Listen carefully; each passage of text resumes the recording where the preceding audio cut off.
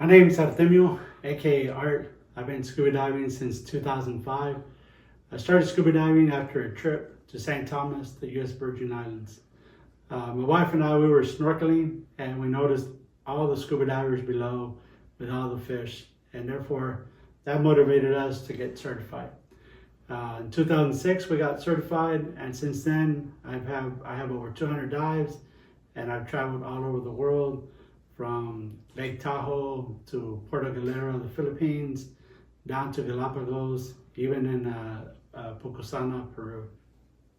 As you're watching this, you're going to see videos pop up here and there with my own experiences in and out the ocean. My training started in McAllen, Texas, with a wonderful instructor named John McIntyre at the Scuba Shack. And we got certified as the open water. And then after some brief time and a few trips, I decided to do the rescue diver certification.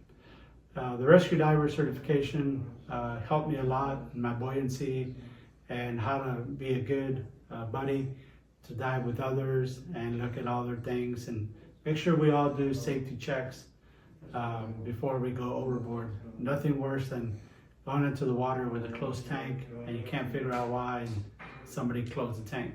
But as a rescue diver, you're observant to all those details, so you become a really good buddy for scuba diving. Since then, I've also gotten nitrox certified, and we got nitrox certification, not so much so you can dive deeper, but so you can maintain yourself underwater for a longer time.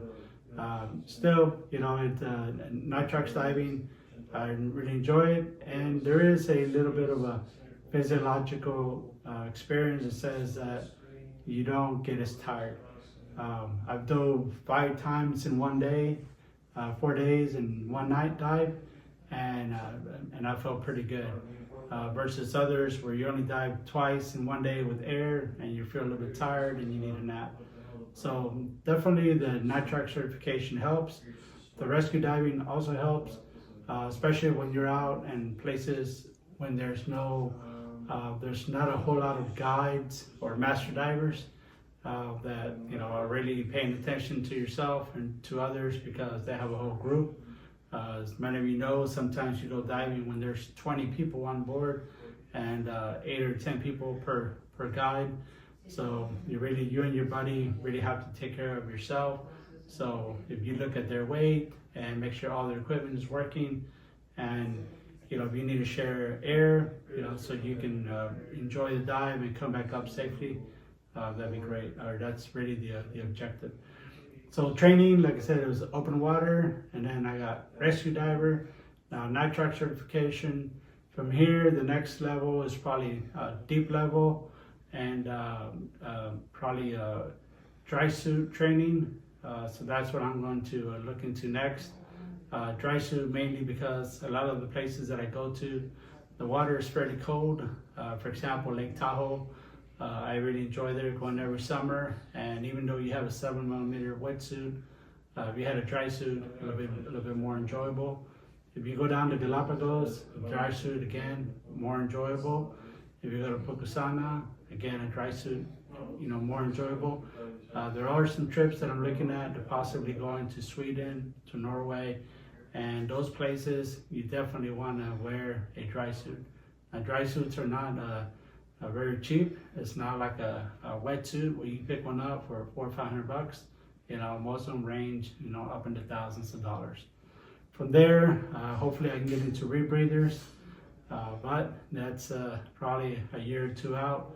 So the training in scuba diving, as you can see, it starts with open water, then you go to rescue diver, then you get nitrox. You can also do deep diving, which obviously I also want to do.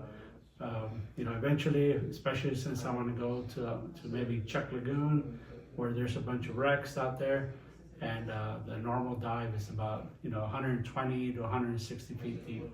So therefore, training is very important. Today, there's a bunch of resources out there. We have Naudi, you have PADI, you have SSI.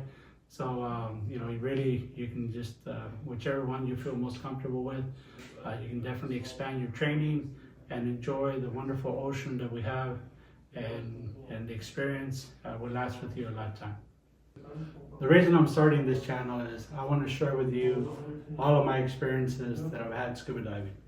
Scuba diving, it's exhilarating, it's exciting, it's emotional, it's unique. Very few other experiences in this world, compared to it.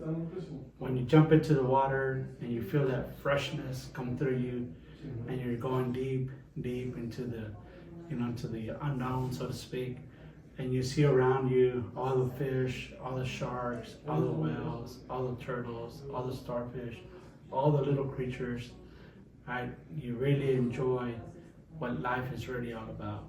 You get to escape all the world hassle, all the chasing, all the mundane stuff that you have to go through living.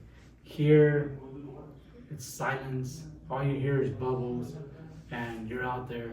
So this channel is to hopefully motivate you to do scuba diving, and if you do scuba diving, to enjoy it.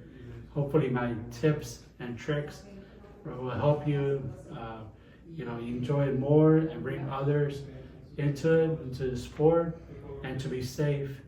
And there are memories that I have that are just so incredible, scuba diving amongst hundreds of hammerhead sharks, coming around a corner and seeing thousands and thousands of starfish, swimming at night looking for small critters, small nudie branches, electrical eels, big eels everywhere. One of my best trips that I remember is in Hawaii, on the big island that, it's at night and all the manta rays swimming over you, and it's just incredible, with all the lights and everything. So those memories, I hope to share with you, and my experiences hopefully make scuba diving for you more enjoyable, and motivate you to get certified and become a member of our scuba world.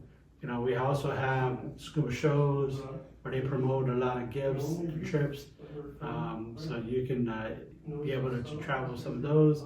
And we also have demo show for those that are in the industry, that we communicate with others to again promote the world of scuba diving.